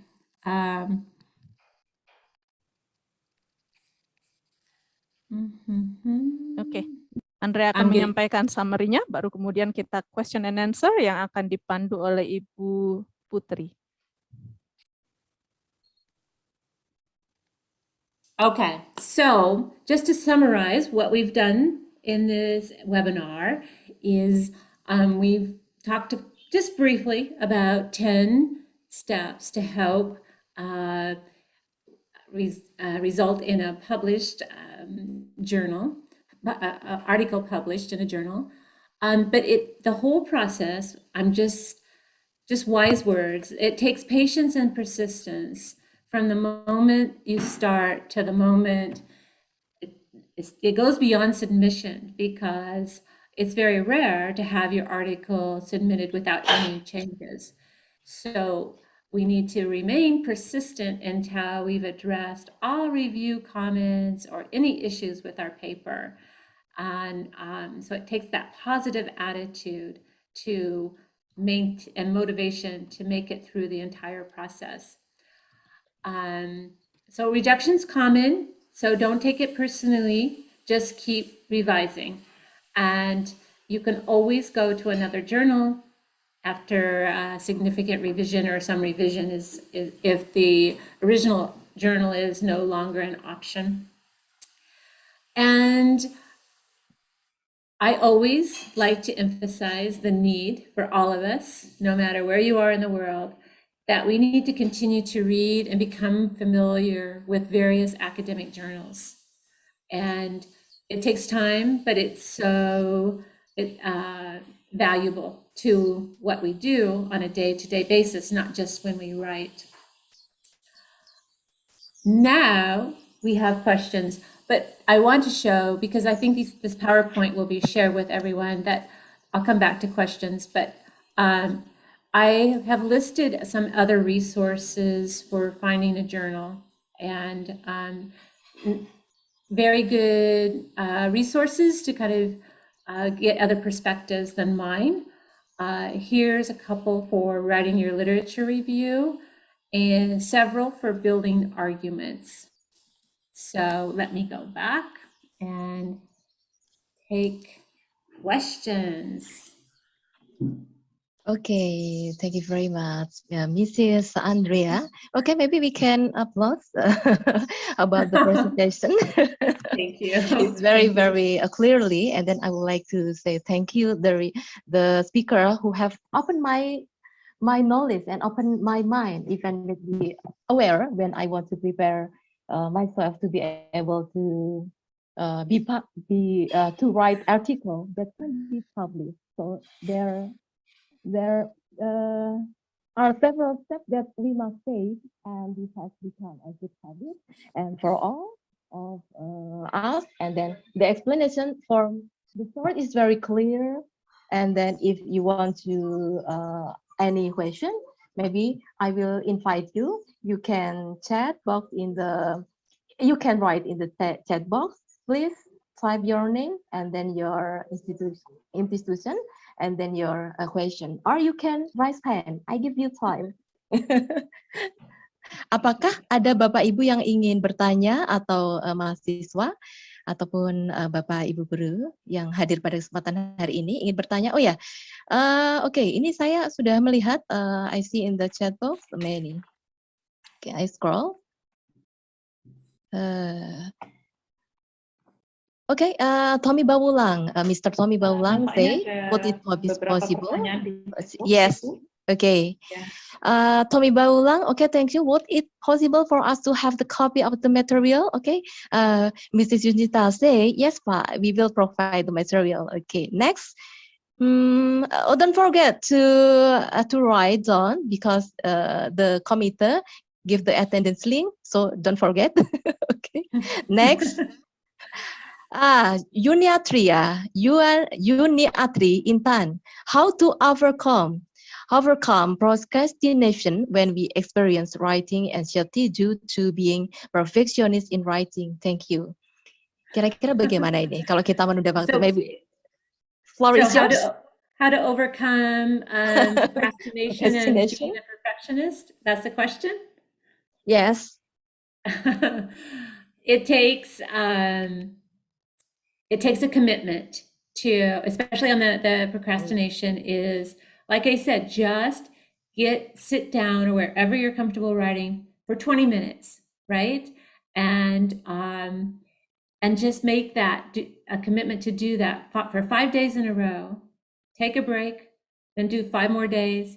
And it's amazing how that little habit can build, and the confidence that you gain. It's like when we exercise, right? When we've been putting it off and we exercise, it's like, I feel good. I think I'll do that tomorrow. And maybe tomorrow comes and say, oh, I don't really want to, but I felt good yesterday. So you start to see results.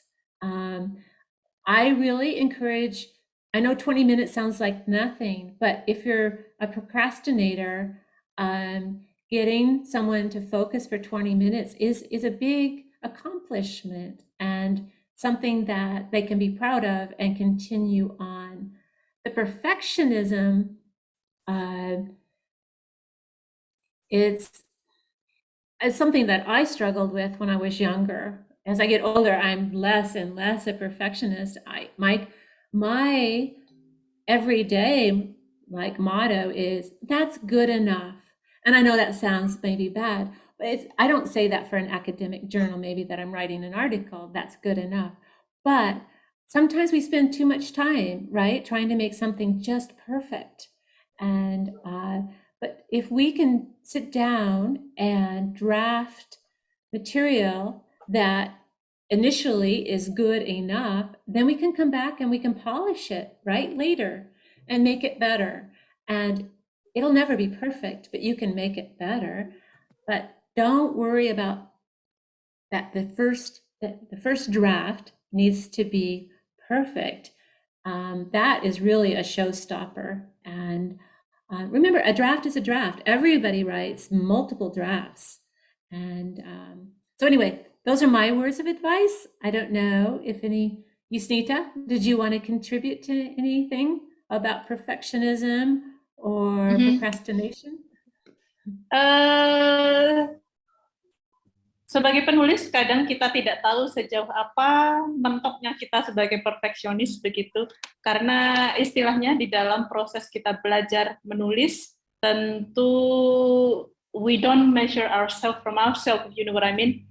Jadi ketika dalam proses kita menulis, kita belum bisa menyebut kita perfect sebelum jurnal kita terpublish di mana begitu ya. Jadi selama proses bikin draft itu kita nggak bisa misalnya stuck. Saya bagian introduction aja dulu terus sampai betul-betul sempurna baru saya pindah section misalnya seperti itu. Itu kadang nggak bisa seperti itu. Jadi kadang-kadang kita mesti ngedraft sedikit di intro, ngedraft sedikit di lit review, ngedraft sedikit di method gitu, rata aja dulu gitu. Baru nanti kita baca ulang, draft lagi, begitu terus gitu. Jadi mungkin betul seperti Andrea bilang, kita sempetin aja 20 menit, kemudian kita ngedraft terus-terusan dari awal hingga akhir begitu, terus siklusnya begitu, sampai paling tidak kita memenuhi apa yang diminta jurnal template-nya. Kalau diminta 6.000 kata udah beres secara kuantitas, itulah yang kita udah bisa sampai tujuannya secara quantity misalnya. Kemudian kita periksa apakah elemennya sudah ada semua, misalnya sesuai dengan yang kita udah punya dalam research client checklist tadi. Dan yang selalu menjadi masalah dalam jurnal artikel kita, dalam bentuk-bentuk draft kita adalah biasanya alignment atau kesesuaian antara judul, research question, methodology dengan hasil result and discussion. Itu perlu align gitu, perlu sesuai gitu. Kalau itu udah tercapai secara quality, insya Allah kita baik begitu. Jadi itu terus-menerus dilakukan. Sayangnya hal-hal seperti ini kadang-kadang easier said than done begitu. Tetapi tentu sebagai kita semua sebagai pembelajar ya, kita belajar sama-sama bagaimana ngedraft, bagaimana writing.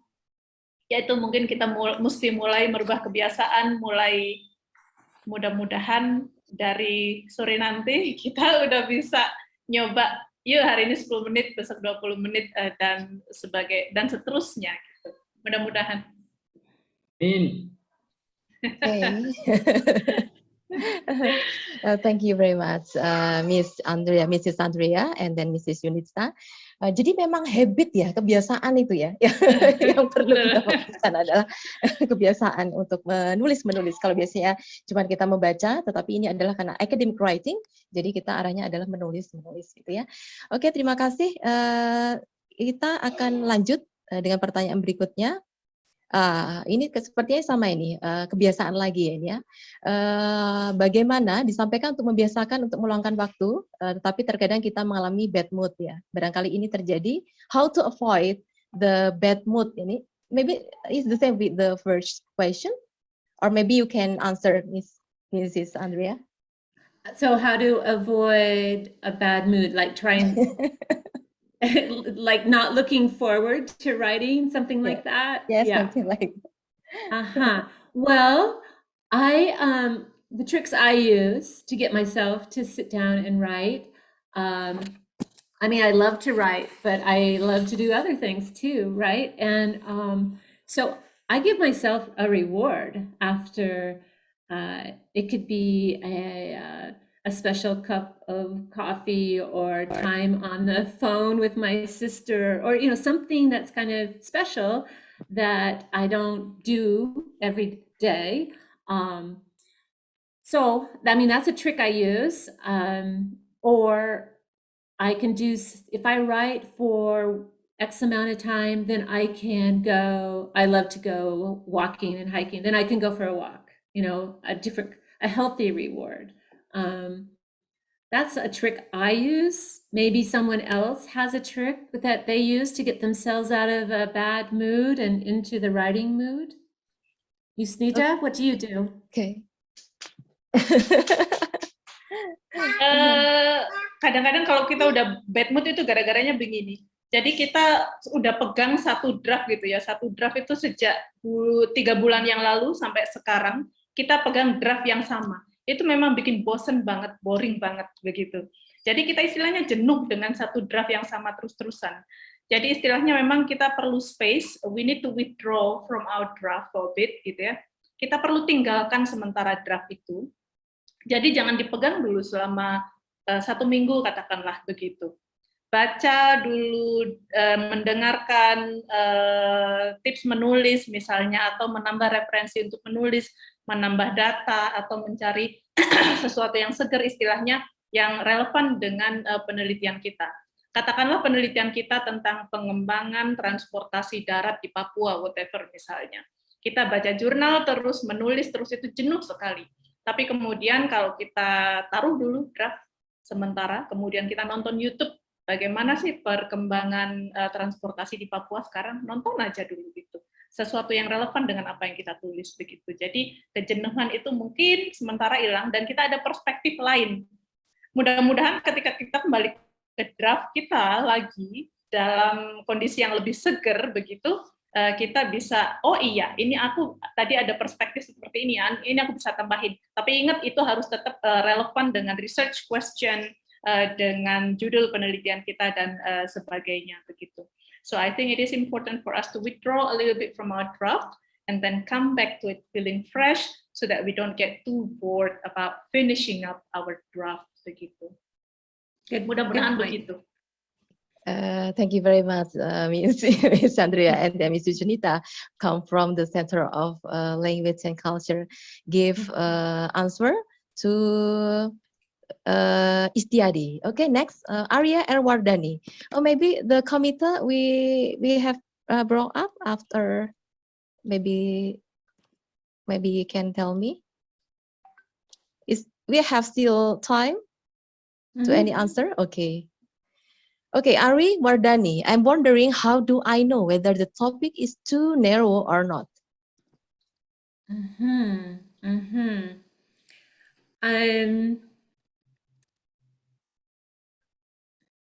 Well, I'm thinking about this. Sometimes I can quickly identify a topic as being too narrow based on the title. And so here's at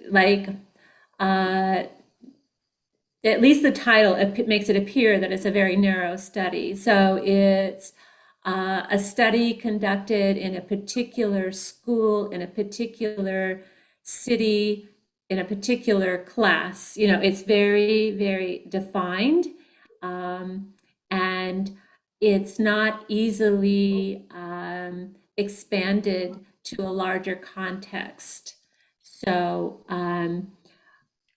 but the other aspect of that as well is looking at other related articles in your particular genre and the topic that you're interested in, and looking at how what the focus is of those particular articles.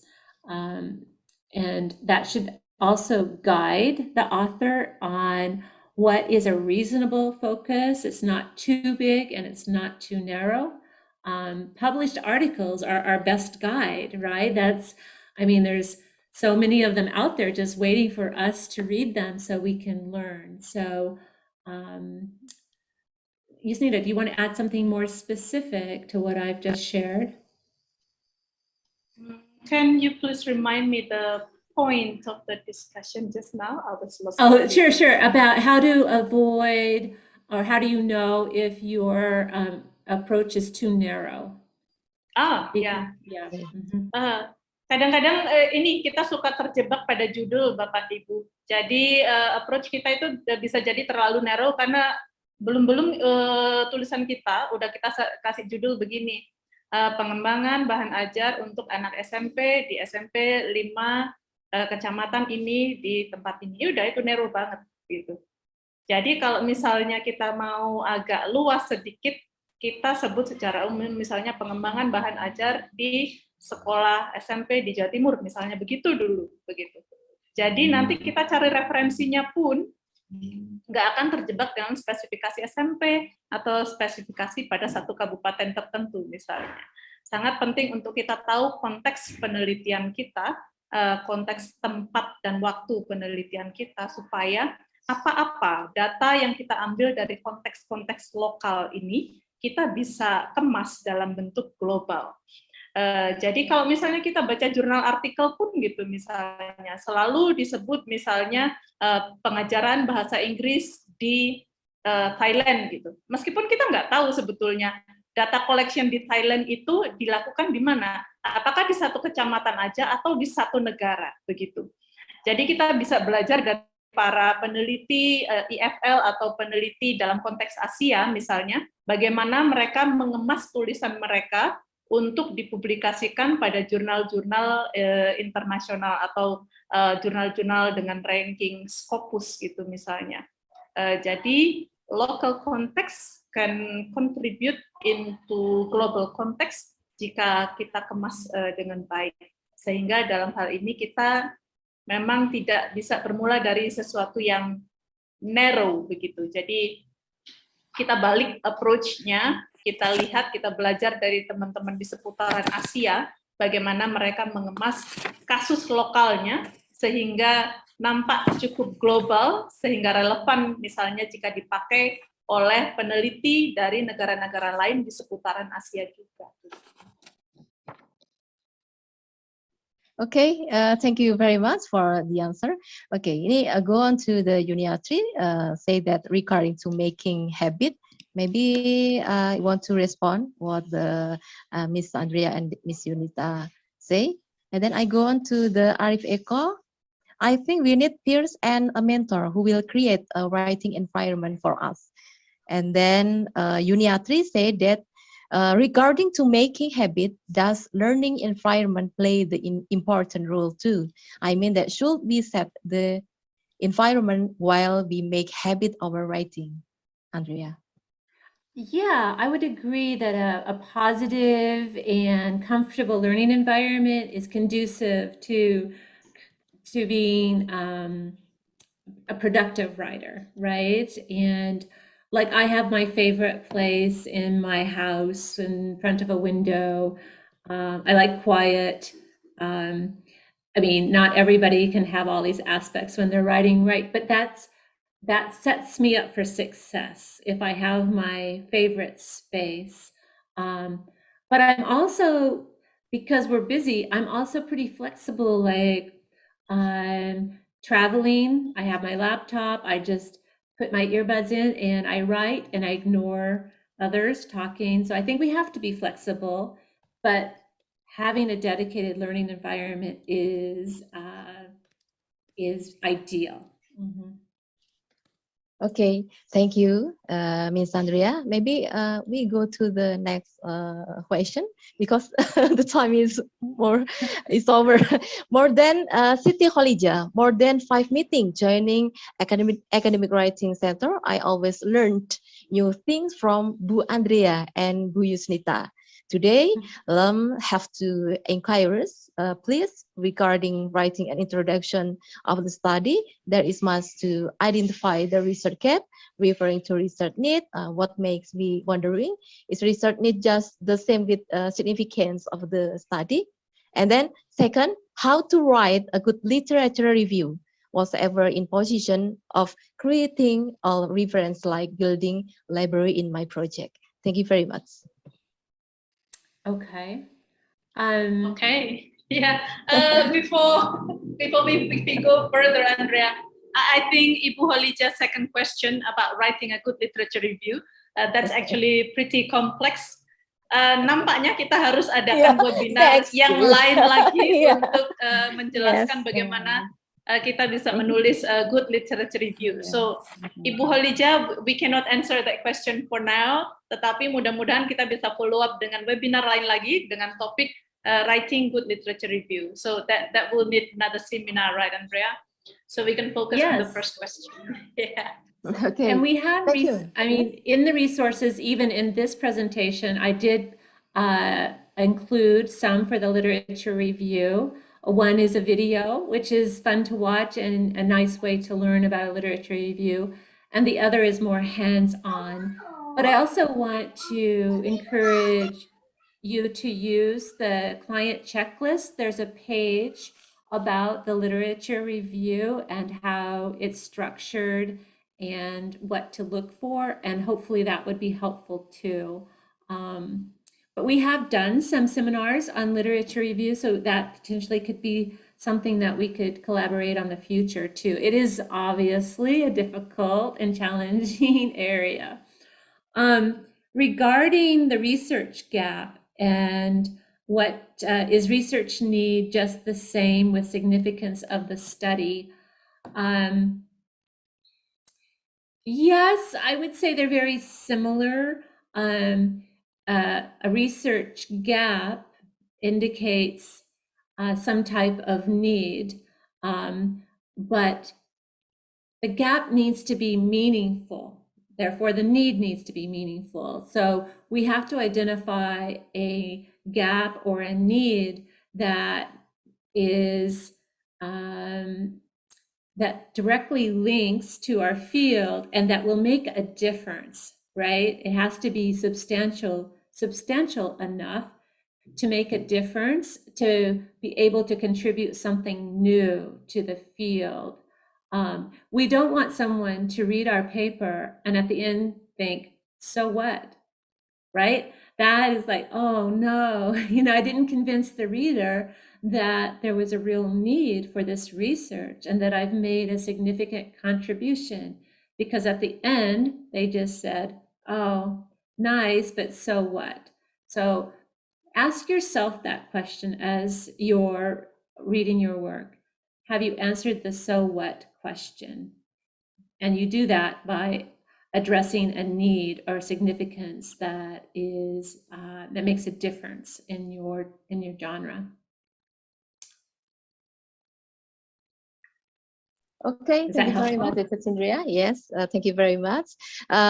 Mrs. Junita, we still have time to answer in any question in the chat box, or It is unfortunate, Ibu Putri, that unfortunately we because supposed to finish at 10. finish. Because Okay. in Idaho, where Andrea is right now, it's almost midnight, so Okay. we need to let her rest for a bit. Okay, thank you very much. Okay, thank you very much, Mrs. Andrea Mason Gardner, as the speaker today. And then I would like to say thank you very much from Center Language and Culture, Mrs. Yunista. Hari ini luar biasa sekali. We get strategi. We get strategi. Kita dapat strategi untuk bisa menulis jurnal yang tentunya ini akan dipublish ya di jurnal internasional. Tapi hal yang pasti adalah kita bicara tentang bagaimana mengubah mindset kita, habit kita yang lebih baik. Kalau biasanya kita menulis hanya beberapa waktu, kita menulis dengan menulis yang terarah gitu ya. Oke, terima kasih Mrs. Andrea, give mom and maybe give applause for the speaker. Because for the presentation is very clear. Sebelum lupa Bu Putri, mumpung kita masih di sini ada hampir 100 orang foto, yuk kita yuk. Oh yeah, okay. Maybe we can take photo, take documentation. For documentation, would you like to silakan open your dihidupkan camera? videonya, Bapak Ibu sekalian. Terima kasih banyak sekali telah berkenan hadir dalam acara kita pagi ini. Okay. Ada empat layar di saya. Ini untuk layar yang pertama, senyum Bapak Ibu. 1, 2, 3. Mohon bersabar, ini yang kedua. 1, 2, 3. Ini yang ketiga. 1, 2, 3. Untuk layar terakhir, 1, 2, 3. Sudah selesai fotonya. Okay, thank you very much, Nisa, Mrs. Yunita. Okay, thank you very much, Mrs. Yunita. And then maybe one reminds that how do you write a manuscript for international journal? Mrs. Andrea said that we should prepare the method, how the result, and how to write the discussion and conclusion, and then write the abstract for the first a brief of the presentation, and then don't forget to avoid the procrastination and then make a good habit. Okay, thank you. Time yours, Nisa, Mbak Nisa. Baik, terima kasih banyak Ibu Putri. Thank you so much for Ibu Andrea for giving our new knowledge today. Hopefully we have new insights and also new energy to write article after joining this seminar. Oke, saya rasa ini kita semua sudah berada di penghujung acara. Namun sebelum kami akhiri, mohon untuk semua peserta yang berada di sini mengisi attendance list karena itu berhubungan dengan sertifikat yang bisa Anda dapatkan apabila Anda mengisi attendance list-nya. Untuk attendance list sudah kami berikan di chat box, jadi bisa segera diakses kemudian dilengkapi untuk attendance list-nya. Dan untuk sertifikatnya dapat kami berikan 2-3 hari setelah webinar pada sesi hari ini. Baik, saya kira cukup sekian. Thank you so much for all your active participations. Hopefully we will have new insights and also new knowledge for today's event. Terima kasih banyak atas kehadirannya. kami akhiri. Mohon maaf jika ada kesalahan kata maupun perbuatan. Wassalamualaikum warahmatullahi wabarakatuh. Have a good day. Terima Thank kasih you. banyak. Bye. Thank you so much. Thank you very Thank you, much, Andrea. Mrs. See you again. Andrea. Ibu Adria, terima kasih. Ya, Terima sudah. kasih Ibu Yusmita. Terima kasih banyak Bapak Ya, Ibu terima kasih dari Bapaknya. Widyagama dan UP45 Yogyakarta. Bu Susnita, template yang dari bahasa Ya, Pak. Indonesia ke bahasa Inggrisnya Bu, yang nggak ada. Oh, dari bahasa Indonesia ke bahasa Inggrisnya belum ada. Iya, Baik. itu yang penting itu. PR kami nggih Pak nggih, kami buatkan dulu. Pak, bahasa Inggris. Ya. Terima kasih banyak sukses. Bapak. Sama-sama, sukses ya terus ya. Matur nuwun. Terima kasih Bapak, Ibu, terima kasih Ibu Terima kasih Utari, banyak. ya, Bu Yusmita, Ibu Niken, Bapak Rektor dan semuanya.